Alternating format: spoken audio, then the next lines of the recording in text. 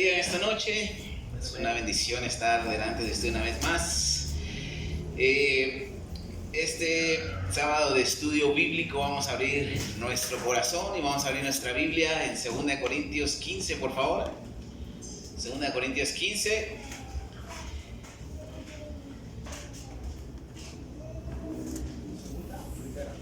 No, perdón, primera. Segunda no tiene. 1 Corintios 15 del 51 al 58. Hay un señor que se llama Brian Johnson. Usted lo puede buscar ahí en el internet. Este señor hace unos años atrás, hace un par de años atrás, empezó a estar en una serie de intervenciones para tener la juventud eterna. Es un multimillonario del mundo del desarrollo del software. Y este señor pues se ha sometido a esta serie de intervenciones para reducir el proceso del envejecimiento. Ha pagado alrededor de $2 millones por año para estos tratamientos. Es una serie de tratamientos, dietas, transfusiones de sangre y tratamientos en la piel. El señor Brian Johnson tiene 45 años de edad y quiere parecer un joven de 18 en lo físico. Él quiere verse como un joven de 18, así como su hijo de 18 años. Él hace ejercicios, toma pastillas, se ha hecho transfusiones de sangre con su hijo para que esto reduzca el envejecimiento en su vida. Él quiere verse como un adolescente, terapias a láser en la piel y un montón de cosas que se ha hecho, y según él ha reducido el proceso de la vejez un 28% en 2 años que ha practicado esto. Ahora, ¿por qué la gente hace este tipo de cosas? ¿Por qué gente es capaz de pagar $2 millones al año para este tipo de tratamientos y experimentos y así no envejecer y quizás no morir? Algún día va a morir. Quizás logre su objetivo, aunque no lo creo, lo dudo mucho. Pero quizás muera de otra cosa. Va a morir algún día. ¿Y qué nos dice la Biblia acerca de esto? La muerte para nosotros como cristianos ya no es un problema, porque Cristo ha resucitado, y Pablo lo enseña en la carta a los Corintios, y ahorita lo vamos a ver, cómo es que Cristo que ha resucitado nos ha dado la victoria sobre el enemigo mortal que es la muerte. Así que en esta noche yo quiero hablar un estudio bíblico que le he titulado La omnipotencia divina. Y vamos a leer el texto principal, 1 Corintios 15 del 51 al 58. Voy a leer una versión diferente y dice de la siguiente manera: les voy a revelar ahora un secreto. No todos dormiremos, pero todos seremos transformados. Ocurrirá en un abrir y cerrar de ojos cuando suene la trompeta final. Cuando esa trompeta suene, los que hayan muerto resucitarán con cuerpos nuevos que jamás morirán. Y los que estemos vivos seremos transformados. Porque es imprescindible que este cuerpo corruptible se convierta en un cuerpo incorruptible y que lo mortal sea inmortal. Cuando así suceda, se cumplirá la siguiente profecía: ha sido devorada la muerte por la victoria. ¿Dónde está, oh muerte, tu aguijón? ¿Dónde está, oh sepulcro, tu victoria? En efecto, el pecado, que es el aguijón de la muerte, ya no existirá. Y la ley que le da poder al pecado dejará de juzgarnos. Gracias a Dios nos da la victoria por medio de Jesucristo nuestro Señor. Por eso, amados hermanos míos, estén firmes y constantes. Trabajen siempre para la obra del Señor, conscientes de que nada de lo que hagamos para el Señor será en vano. Y esto me gusta mucho y me anima. Y vamos a introducirnos, vamos a empezar este estudio, omnipotencia divina. Y en primer lugar quiero ver la proclamación de la resurrección. Ahora, Pablo el apóstol escribe esta carta a los Corintios. Algunos dicen que él estaba en Éfeso. Él duró alrededor de 2 o 3 años en Éfeso mientras se establecía la iglesia. Nuestro pastor nos acaba de dar una predicación donde nos explicaba esto. Pablo escribe esta carta más o menos en el año 52 al 55 después de Cristo. Y es que usted recordará bien, hemos hablado mucho acerca de la iglesia de Corinto. Usted sabrá que esta iglesia tenía demasiados problemas internos. demasiados problemas entre los hermanos, de muchas índoles, pero quizás había un problema que Pablo lo había identificado y que para él era muy peligroso, y es que muchos negaban la resurrección de Jesucristo.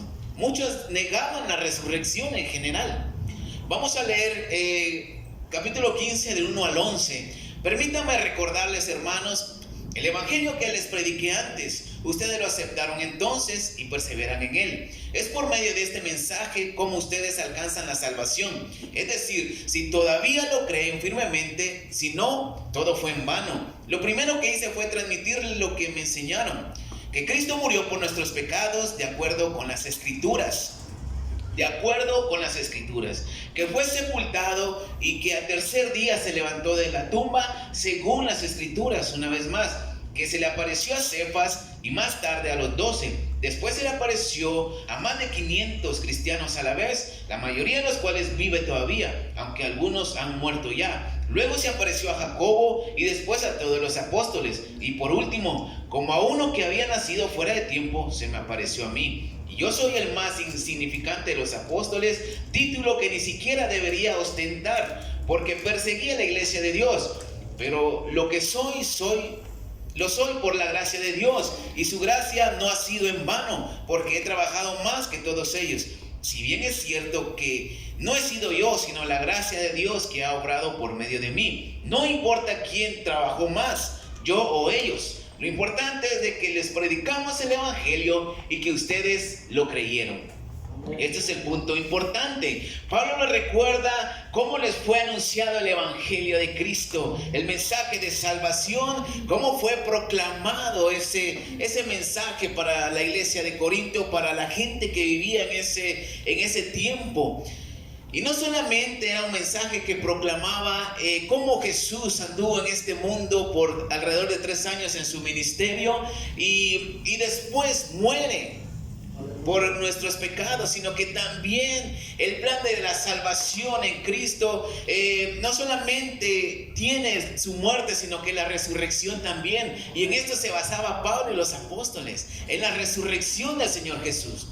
Para Pablo era un mensaje que salva, es el mensaje del evangelio, y en resumidas cuentas el mensaje de salvación es la resurrección de Cristo Jesús. Amén, amén. Pablo no le da importancia a quién y cómo lleva el mensaje, sino que lo que él les enseña, lo que él había aprendido antes, lo que le enseñaron cuando él se convirtió al cristianismo, porque usted recordará que Pablo era fariseo y persiguió a la iglesia y mataba a muchos, los perseguía, los asolaba, hacía muchas cosas, pero Jesucristo tuvo misericordia de él, y como él decía en los versículos que leímos, se me apareció a mí, quizás en fuera de tiempo, y ahora soy lo que soy gracias a Dios y su gracia. Y su gracia no ha sido en vano, porque ahora predicamos el evangelio. Pero Pablo dice, no importa quién lo haga, no importa cómo fue que llegó el mensaje, lo importante es que ustedes lo recibieron y creyeron en ese mensaje. Y me llama mucho la atención que Pablo dice conforme en las Escrituras 2 veces en los versículos que acabamos de leer. ¿Y qué dicen las Escrituras acerca de la muerte y la resurrección de Cristo? La Biblia de Estudio Teológico dice, cuando Pablo dice según las Escrituras, puede referirse a Isaías 53 del 1 al 12, si lo quiere anotar, y Oseas 6:2, lo vamos a leer. Isaías 53 del 1 al 12, pero solo vamos a leer del 10 al 12. Dice de la siguiente manera: sin embargo, fue Dios mismo el que decidió humillarlo, hablando de Jesús, y hacerlo sufrir hasta la agonía. Pero el siervo ofreció su vida en un sacrificio por nuestros pecados. Por eso tendrá una larga vida y llegará a ver a sus descendientes. Todos los planes de Dios se harán realidad por medio de sus manos. Y después de tanto sufrimiento comprenderá por qué fue necesaria su obediencia y su intercesión, porque fue mediante su sufrimiento y por haber llevado sobre sí el pecado de muchos que mi siervo hará que ellos sean declarados inocentes y aceptados por Dios. Por lo tanto, yo le daré como premio toda la honra y todo el poder. Y no se puede premiar a alguien que está muerto. ¿Cuántos dicen amén? Oseas 6:2 Dice la cita del 1 al 2. Ese día los israelitas dirán: vengan, volvamos al Señor. Él es quien nos ha desgarrado y Él será quien nos sane. En tan solo 2 o 3 días nos sanará por completo y entonces podremos vivir siempre bajo su protección. No vacilemos en buscar al Señor. Podremos vivir bajo su protección para siempre. Ahora, esos son textos hablando acerca del Señor Jesús y su obra redentora. Cuando Pablo dice según las Escrituras, lo hace 2 veces. Y me puse a pensar, Pablo no está hablando su propia experiencia, su propio conocimiento. Él era conocedor de la ley. Él era muy celoso de la ley de Dios, de la ley mosaica. Era un fariseo y como él mismo lo dice, fariseo de fariseos. Pero él no está hablando de sus propias experiencias, él no está hablando de su propio conocimiento, sino que él dice según las Escrituras, según lo que está escrito, según lo que Dios habla de sí mismo por medio de su Hijo Jesucristo. Él tenía el respaldo bíblico. Él tenía la base en las Escrituras. Entonces, mis hermanos, esto nos enseña y debemos de aprender que si vamos a compartir el Evangelio, anunciar el mensaje de Dios, debemos basarnos según las Santas Escrituras, según la Biblia y lo que nosotros conocemos de ella. Y la Biblia proclama la muerte y la resurrección de Cristo Jesús para nuestra salvación. ¿Cuántos me entienden? No podemos evangelizar o predicarle a alguien basándonos en nuestra experiencia propia, en nuestro conocimiento, en nuestro propio discernimiento, sabiduría, porque quizás esto no nos sirva. Quizás esto no vaya a ser para salvación de la gente. Tenemos que predicar y evangelizar fundados o con fundamento bíblico. ¿Cuántos dicen amén? El mensaje de la salvación, el mensaje del Evangelio habla acerca de Jesús, acerca de su muerte, pero también de la resurrección que Él tuvo de esa muerte. El mensaje central, el plan de salvación, se resume en la muerte de Cristo, pero también en la resurrección. Y este mensaje tiene el poder para cambiar a la gente. Lo tiene desde que empezaron a predicar los apóstoles y lo tiene hasta hoy en día que se sigue proclamando el Evangelio de Dios. Amén. Nuestra proclamación debe ser cristocéntrica. No debemos dejar de lado de que Dios ha levantado a Jesús de los muertos. No debemos dejarlo de lado ni ponerle poca importancia, porque esto es lo más importante del Evangelio. La resurrección de Cristo. Y a veces lo tomamos como algo quizás que sí ocurrió, pero no lo decimos a la gente, no se lo transmitimos a la gente. Y a veces la misma gente mundana o los de allá afuera tienen el conocimiento de Jesucristo, pero en una cruz, de que dio su vida por nosotros y hasta allí.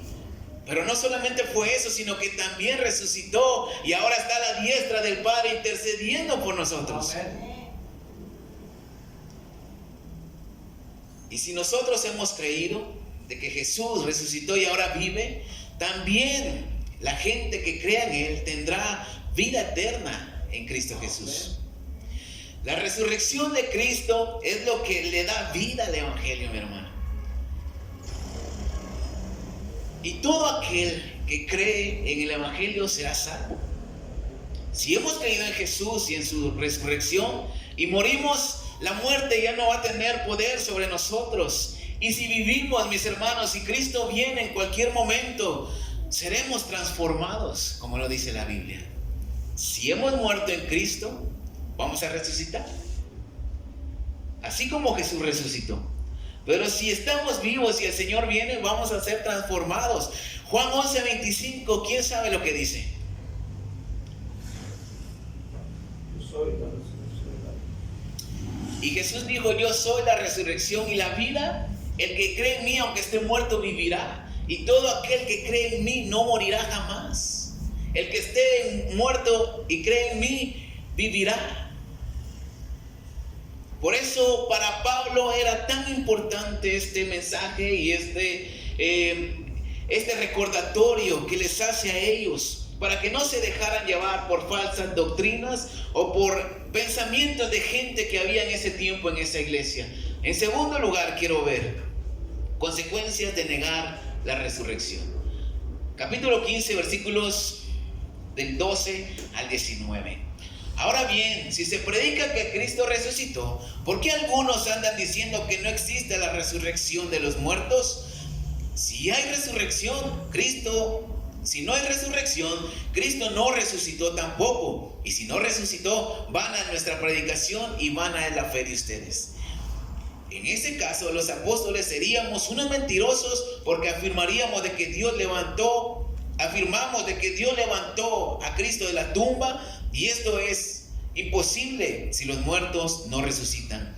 Y si no resucitan, Cristo está muerto todavía, y la fe de ustedes es una ilusión. Todavía están en sus pecados. Además, los cristianos que ya han muerto están perdidos. Si el ser cristiano no fuera de valor solo en esta vida, seríamos los seres más desgraciados del mundo. Y esta es una de las consecuencias de no creer en la resurrección. Pablo se lo dice a esta iglesia y es claro y contundente con este tema. No deja pasar nada desapercibido, sino que se lo toma en serio y les hace un recordatorio. Se toma en serio el tema de la resurrección, porque sin resurrección de Cristo, vana es la fe. ¿Cuántos dicen amén? Así como la fe de ellos hubiera sido vana, la fe de nosotros también. En pocas palabras, Pablo decía que si ellos no creían en la resurrección, entonces Cristo estaría muerto todavía.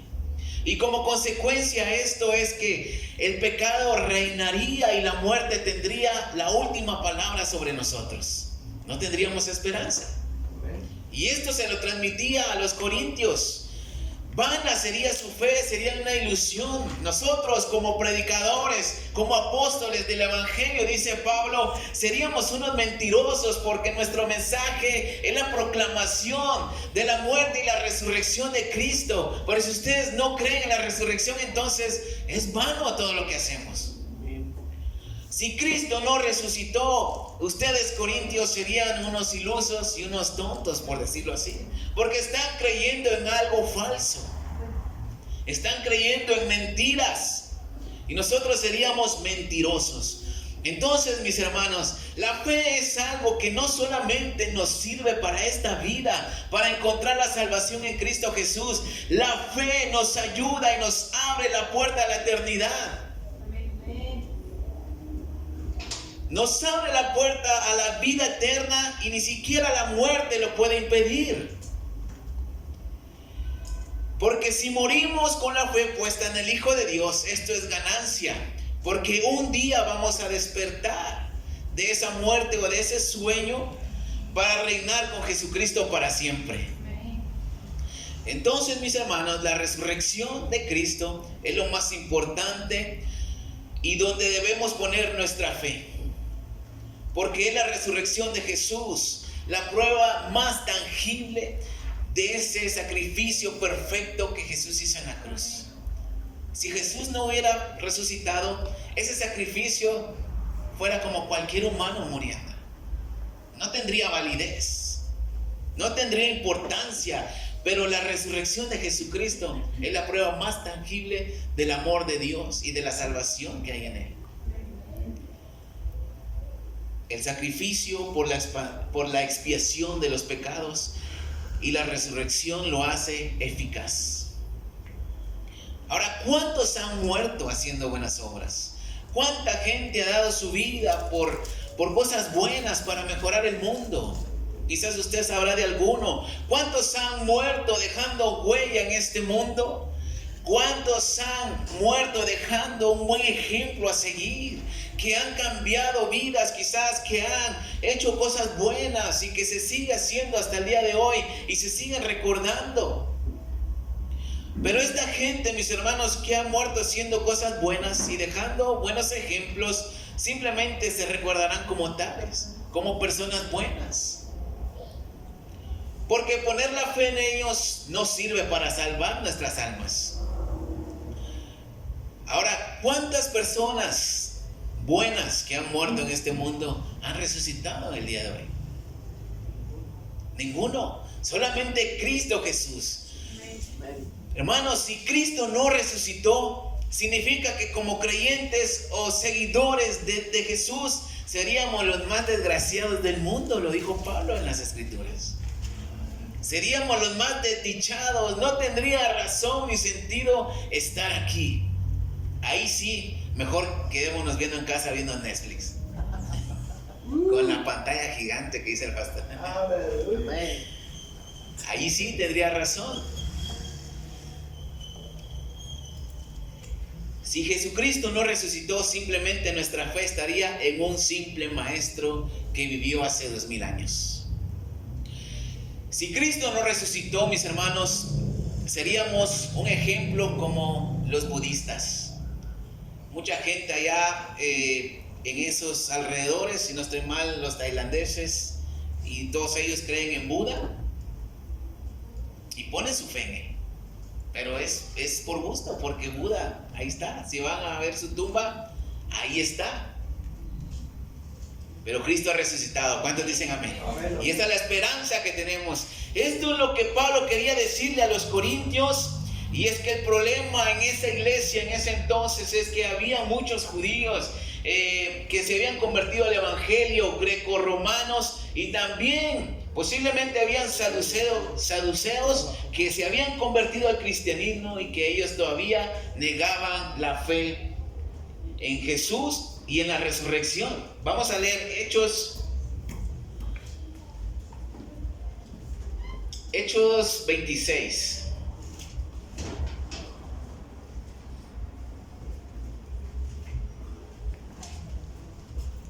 Hechos 26 del 6 al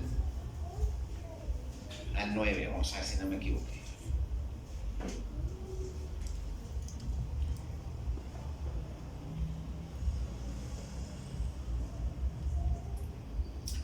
Y ahora me están juzgando por la esperanza que tengo en la promesa que Dios hizo a nuestros antepasados. Esta es la promesa que nuestras 12 tribus de Israel esperan que se cumpla. Por eso adoran y sirven a Dios día y noche. Y por esa esperanza, oh Rey, que me acusan los judíos, ¿por qué ustedes no creen en que Dios resucite a los muertos? Yo mismo estaba convencido de que debía hacer todo lo posible por destruir el nombre de Jesús de Nazaret. Pablo mismo le dice, cuando está apelando ante Agripa, ustedes no creen en la resurrección de los muertos, pero esa es la esperanza que tenemos mi pueblo y yo. Y por eso se me acusa, por eso me juzgan. Vamos a leer capítulo 17, versículo 32. Pablo en Atenas. Cuando él está hablando acerca del Dios invisible, usted recordará, versículo 32 dice: al oír hablar de la resurrección, cuando ellos lo oyeron, la resurrección de un muerto, algunos se rieron, pero otros dijeron: queremos que otro día nos hables de esto. Entonces Pablo se retiró entre ellos. Sin embargo, algunos creyeron y se le unieron, por ejemplo, Dionisio, encargado del Areópago, y una mujer llamada Dámaris. Pero cuando Pablo estaba predicando acerca de la muerte y resurrección de Cristo en Atenas, muchos dijeron: otro día, no nos interesa. Y otros simplemente se fueron porque en ese tiempo y en ese lugar no creían en la resurrección de los muertos. Entonces les parecía algo que no tenía validez. La Biblia de Estudio Teológico dice: en el antiguo mundo grecorromano mucha gente creía que la muerte era el fin absoluto de la vida, o llevaba a una existencia permanente, aunque espectral e incorpórea, en el inframundo. O sea, no creían en la resurrección. Pero Pablo enfatizaba que esto era una doctrina fundamental para el cristianismo. Y algunos quizás no negaban la resurrección de Jesús, pero no creían en que los creyentes en Cristo resucitarían algún día para reinar con Él para siempre. Pero Pablo resalta 3 cosas que son ciertas, y por eso la resurrección debería ser o debe de ser, y es una doctrina fundamental en el cristianismo. La primera es que Pablo lo hace un hecho histórico. No lo vamos a leer, solo vamos a recordar. 1 Corintios 15, del 3 al 5, Pablo dice que es un hecho histórico, porque está en las Escrituras. La segunda es que le da un valor apologético del versículo del 12 al 16. Y la tercera cosa que enfatiza acerca de la resurrección es de que es una esperanza contra el enemigo mortal. Amén. Del 17 al 25. Adán, mis hermanos, es sinónimo de muerte, de pecado, lo habitual que somos nosotros como humanos. Pero Cristo representa el perdón, la vida eterna y la resurrección. ¿Cuántos dicen amén? Pablo dice que las malas amistades echan a perder las buenas costumbres. Y es que los corintios tenían amistades que no les convenían, que no creían en la resurrección. Por eso Pablo dice, las malas amistades corrompen las buenas costumbres, echan a perder esas buenas costumbres que ustedes tienen. Y como consecuencia, en negar la resurrección es una condena eterna. Vamos a leerlo, versículos 29 al 34 de 1 Corintios 15, del 29 al 34. Si los muertos no fueran a resucitar, ¿para qué se bautizan algunos por los muertos? ¿Para qué lo hacen si no creen que los muertos resucitarán? ¿Y para qué vamos a estar nosotros jugándonos constantemente la vida? Les aseguro que a diario arriesgo la vida. Tan cierto esto como el orgullo que siento por ustedes en Cristo Jesús, nuestro Señor, que he ganado yo enfrentándome en Éfeso a hombres que eran como fieras. Si no vamos a resucitar, comamos y bebamos hasta mañana y moriremos. No se dejen llevar por lo que dicen tales cosas. Las malas amistades echan a perder las buenas costumbres. Despierten y no pequen más, porque algunos de ustedes no conocen a Dios, y para avergonzarlos se los digo. Las malas amistades corrompen las buenas costumbres, y ellos estaban dejando llevar por muchos que decían que la resurrección no existía o que ya había ocurrido solamente con Cristo, pero no para los creyentes. Ahora la tercera cosa, en tercer lugar, quiero ver la victoria del cristiano en Cristo Jesús. Y vamos a leer una vez más el texto principal, 1 Corintios 15, del 51 al 58. Les voy a revelar ahora un secreto. No todos moriremos. En su versión, la Reina Valera dice, dormiremos. Pero todos seremos transformados. Ocurrirá un abrir y cerrar de ojos cuando suene la trompeta final. Cuando esa trompeta suene, los que hayan muerto resucitarán con cuerpos nuevos que jamás morirán. Y los que estemos vivos seremos transformados, porque es imprescindible que este cuerpo corrupto se vista de un cuerpo incorruptible, y que lo mortal sea inmortal. Cuando así suceda, se cumplirá la siguiente profecía: ha sido devorada la muerte por la victoria. ¿Dónde está, oh muerte, tu aguijón? ¿Dónde está, oh sepulcro, tu victoria?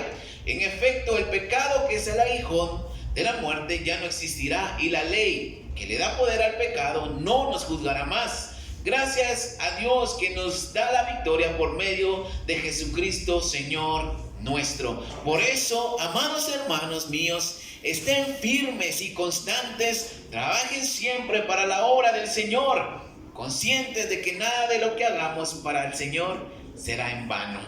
Que nada de lo que hagamos para el Señor será en vano.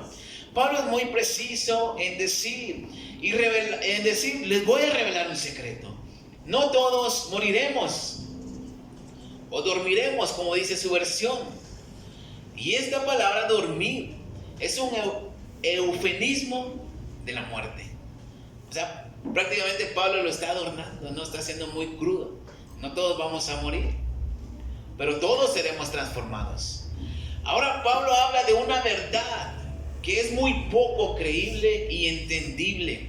Habla de una transformación y de una resurrección, y menos para el tiempo de Pablo. La gente no lo creía, pero él está hablando acerca de la resurrección de los muertos y de la transformación de nuestros cuerpos carnales en cuerpos espirituales. Y esto era algo que no se creía. Esto es algo que quizás no lo podemos comprender a cabalidad, pero es una realidad. Por eso Pablo dice, les voy a revelar un secreto. No todos vamos a morir, pero todos vamos a ser transformados. Y estas palabras daban esperanza, tanto al que la había perdido como muerto en Cristo, como para el que estaba vivo y tenía su fe en Cristo Jesús. Devolvía la esperanza una vez, porque mucha gente había muerto por causa del Evangelio. Mucha gente era muerta por causa de creer en Cristo Jesús. Imagínense si la resurrección no existiera, en vano hubieran muerto ellos también. O sea, creyendo en nada, por gusto hubieran muerto. Pero Pablo les dice, sí hay tal esperanza, sí hay resurrección de muertos, y vamos a ser transformados, vamos a vivir con Jesucristo para siempre. Y los que han muerto en Cristo van a resucitar. Y si el Señor viene por segunda vez y nos lleva, vamos a ser transformados y estamos vivos. Amén. Y esto devolvía la esperanza una vez más a la iglesia de Corinto, que estaba entre dos aguas, porque ¿será cierto lo que dicen, que ya no vamos a resucitar? ¿O será cierto lo que Pablo nos dice? Estaban en dos aguas, pero Pablo le dice, sí hay resurrección, porque si no hubiera, Cristo estaría muerto y vana sería nuestra fe. Entonces vámonos para nuestra casa. Aleluya. Versículos 35 al 45.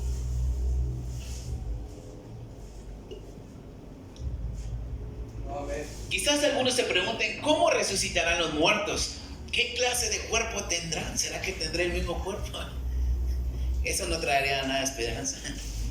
Necio, dice, cuando uno siembra una semilla, no germina, sino muere primero. Y cuando el brote sale a flor de tierra, es distinto de la semilla que se plantó.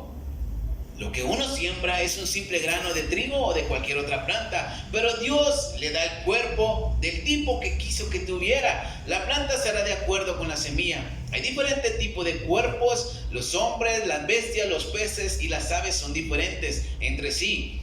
Los ángeles del cielo tienen cuerpo diferente del nuestro, y la belleza y la gloria de ellos es diferente de la belleza y la gloria de los nuestros. Por ejemplo, el sol tiene un tipo de gloria, mientras que la luna y las estrellas tienen otro. Y las estrellas se diferencian entre sí, por su brillantez. De igual manera sucederá con la resurrección de los muertos. Lo que se entierra se echa a perder, lo que resucita no se corrompe más.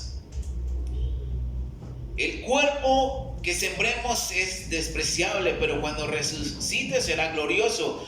Ahora es débil, pero cuando resucite será fuerte. Al morir sembramos un cuerpo material, pero cuando resucite será espiritual. Así como hay cuerpos físicos, hay cuerpos espirituales. Dicen las Escrituras que el primer Adán se convirtió en un ser viviente, pero el postrer Adán, Cristo, es un espíritu que da vida. Ahora, estos ejemplos que da Pablo quizás no los podamos entender a cabalidad, pero en ese tiempo la gente sí lo entendía.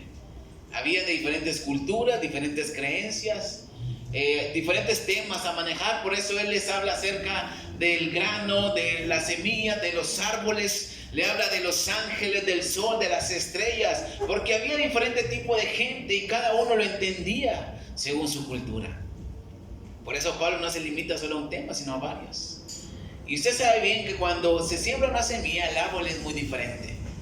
Esto era lo que decía Pablo: ya no vamos a ser igual, vamos a ser diferentes, tendremos un cuerpo espiritual como Dios lo quiera. Y Dios lo hace todo perfecto. ¿Cuántos dicen amén? Amén. Ya no vamos a ser como somos ahorita.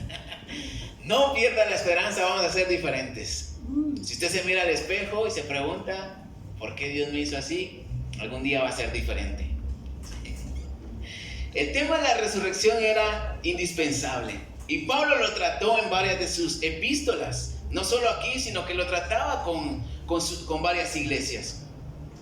Pero al decirles que sin resurrección no hay fe viva, como consecuencia una condena eterna, él les decía esto. Pero ahora les devuelve la esperanza una vez más al decirle que los muertos en Cristo sí van a resucitar, y los vivos serán transformados cuando Cristo venga, si están vivos todavía.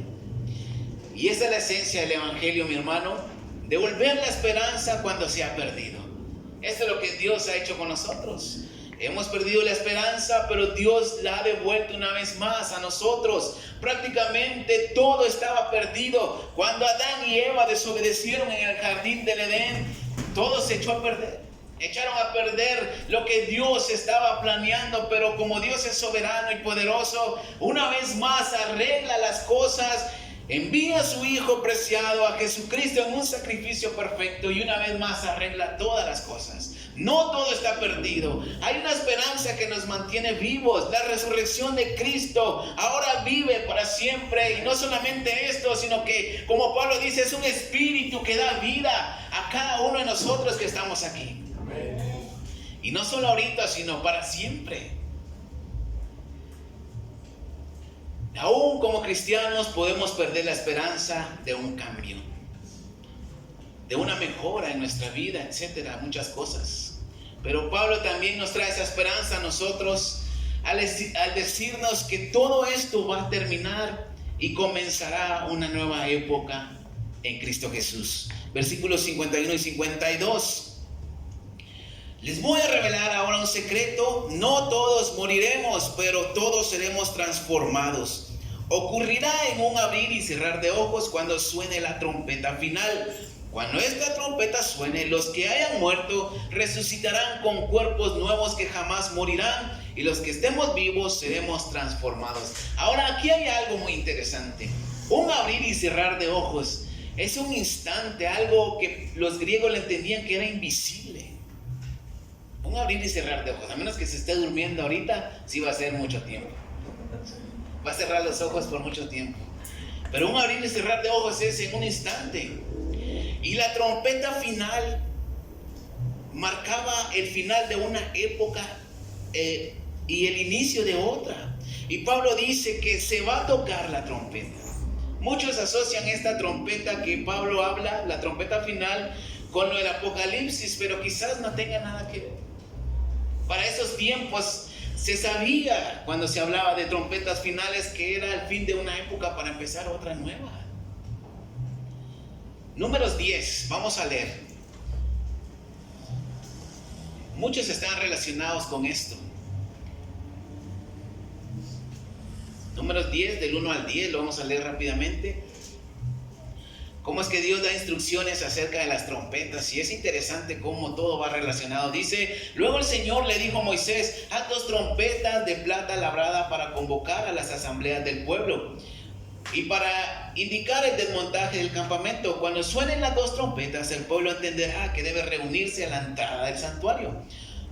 Pero si solo una trompeta suena, solo comparecerán ante ti los jefes de las tribus de Israel. Usarás distintos toques de trompeta para diferenciar las convocatorias a una asamblea y la orden de desmontar el campamento y emprender la marcha. Cuando suene la trompeta de partida, las tribus acampadas al este del santuario serán las primeras en salir. Y cuando suene la segunda trompeta, esta será señal de que marcharán las que están en el sur. Únicamente los sacerdotes podrán tocar las trompetas. Esto es una orden permanente que ha de obedecerse por todas las generaciones. Cuando lleguen a la tierra prometida y tengan que luchar contra sus enemigos, Dios los oirá y los salvará de ellos cuando den alarma con estas trompetas. Usen las trompetas en tiempo de alegría también, haciéndolas sonar en las fiestas anuales y al comienzo de cada mes, para alegrarse en las ofrendas totalmente ofrecidas a Dios y en las ofrendas de paz, y yo me acordaré de ustedes, pues yo soy el Señor, su Dios. Ahora, esto es acerca de la ley, cuando ellos tenían que escuchar e identificar el sonido de las trompetas para desmontar el campamento y ponerse en marcha en cierto orden, o simplemente congregarse en un lugar. Pero también dice al final de que las hagan sonar cuando estén alegres, cuando estén reunidos para alabar al Señor. Ahora, esto es interesante, mis hermanos, porque cuando Pablo habla esto, la gente lo entendió a cabalidad. O sea, la gente sabía acerca de las trompetas. La gente sabía qué significaba esto. Entonces, significa que al sonido de la trompeta, la iglesia pasará de ser una iglesia peregrina a una iglesia gloriosa. Será una convocatoria para resurrección y transformación de todos los creyentes en Cristo. La trompeta final marcará el fin de la iglesia y marcará el inicio del reino de Dios. Esto me emociona ahorita, no sé por qué. Pero la trompeta final marcará el fin de la iglesia en la tierra y marcará el inicio del reino de Dios, donde queremos estar. el último enemigo vencido será la muerte. La muerte ya no estará en el reino de Dios, ya no habrá ni tristeza, ni lloro, no habrá nada que nos impida estar contentos en la presencia de Dios, y la muerte ya no va a existir. Ahora, cuando usted duerme en la noche, hablaba de este tema con el pastor antes de empezar, y yo le digo, cuando usted duerme, ya sea en la tarde, se echa una siesta, o duerme en la noche como todos, usted no se duerme pensando, ay, si ya no amanezco, o sí, o tiene miedo a dormir. Hay gente que tiene estos problemas, o sea, pero regularmente todos dormimos pensando en que vamos a despertar, ¿sí? Nos dormimos y sabemos que después tenemos que hacer cosas, o sea, que vamos a seguir vivos. Y de esta manera, mis hermanos, va a ser cuando muramos en Cristo Jesús como un sueño. Amén. Vamos a despertar algún día. Y esta es la garantía que nos da la resurrección de Cristo. O sea, no vamos a permanecer muertos, vamos a resucitar si morimos. Como creyentes en Cristo Jesús e hijos de Dios, hoy por hoy tenemos la victoria en Cristo Jesús. Ni la muerte nos puede impedir estar en el cielo. Ni la muerte nos puede impedir estar en la eternidad. Nadie nos puede impedir. Ahora Pablo termina diciendo, sigan constantes, firmes, haciendo la obra de Dios, porque todo lo que hagan para la obra de Dios, nada será en vano. Todo lo que ustedes hagan para Dios, quizás tendrá una recompensa, pero no será en vano. Quizás no nos recompense Dios aquí en la tierra, pero sí en su reino. Amén. Brian Johnson, el hombre del principio, que ha gastado 2 millones al año, $2 millones al año para seguir joven y hacer retardar el proceso del envejecimiento, algún día va a morir. O quizás no muera, y si Cristo viene, pues, y si no cree en su corazón, de todas maneras va a morir espiritualmente. Ahora, para concluir, voy a ser breve con esto. ¿Por qué llamé al estudio Omnipotencia Divina? Y esto es lo que más me llamó la atención. Ayer viernes fui aquí a Renap abajo, le estaba haciendo un favor a una de las tías de allá donde vivíamos antes nosotros, que ya son ancianitas. 92 años tiene la tía, que yo le estaba haciendo el favor de ir por un certificado de soltería. Con 92 años, un certificado de soltería. Ella estuvo casada, pero ahora es viuda. Ahora lo interesante de esto es de que yo voy y le digo, mire, tengo el DPI, quiero un certificado de soltería para esta señora. Y, o sea, se sorprende que esté viuda todavía a sus 92 años. Entonces, me dice el señor, fíjese que no hay nada. O sea, antes era la municipalidad que llevaba esos registros a máquina, a mano, y había un montón de problemas. La cuestión de que ella seguía soltera según el DPI, pero estuvo casada un tiempo. No aparecían esos datos. Entonces él me dice, tenemos que hacer una serie de cosas para ir en orden, paso a paso, y al final darle ese bendito papel de soltería que ella necesitaba. Primero se sacó una fe de edad de ella, un certificado de nacimiento, luego un certificado de matrimonio que no aparecía, pero al final sí apareció.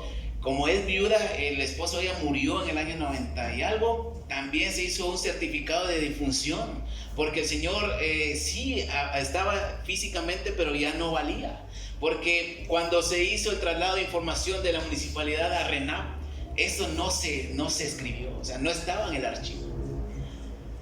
Entonces se tuvo que hacer todo ese proceso, regresé una segunda vez y al final me dieron el papel.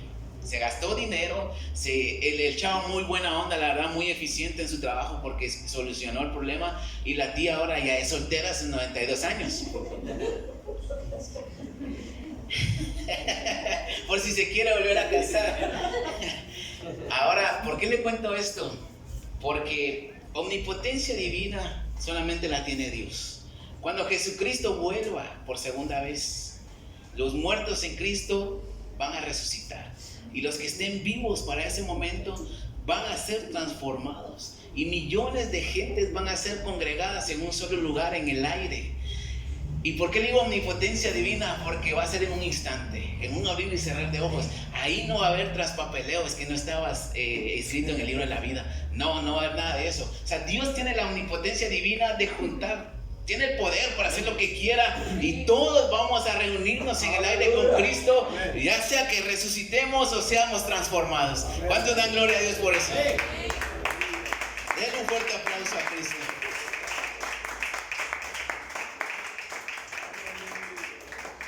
Creemos en un Dios omnipotente. Eso sería todo en este estudio.